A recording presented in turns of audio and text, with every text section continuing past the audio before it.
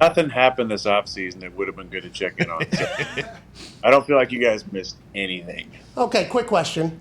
Whenever you were deciding not to say anything ever through that entire process, how hard of a decision was that whenever some of the shit was coming out, you think? Was it very easy for you to be like, why are we talking right now? We have no idea how this is going to end. Was that the whole mindset? You know, because you probably said on your show you can't keep a fucking secret. But I hit you up a couple times and I was like, maybe we should talk. Yeah. But it didn't seem right the entire time because my motivation was never to slam the organization or the fan base or anybody specifically. I was just in contemplation and wanted to, take time to think about where I was at and what I wanted to do.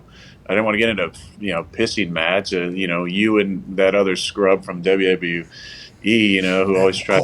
Yeah, I'm not gonna mention his name. Yeah, please don't. Thank you. I just wanted it to be cordial. I love the organization. I've had a long time being here, and I didn't want to make it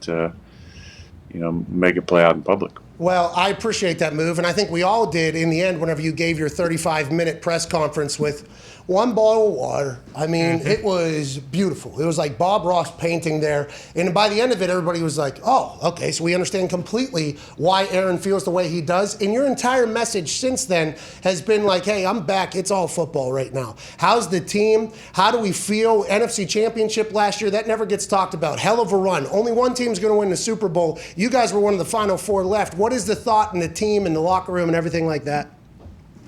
But Pat, it's been 2 years in a row. And well, still I didn't want to. Nobody cares. Unless you win the championship. Although I know Ty cares. I appreciate that. Thanks, Ty.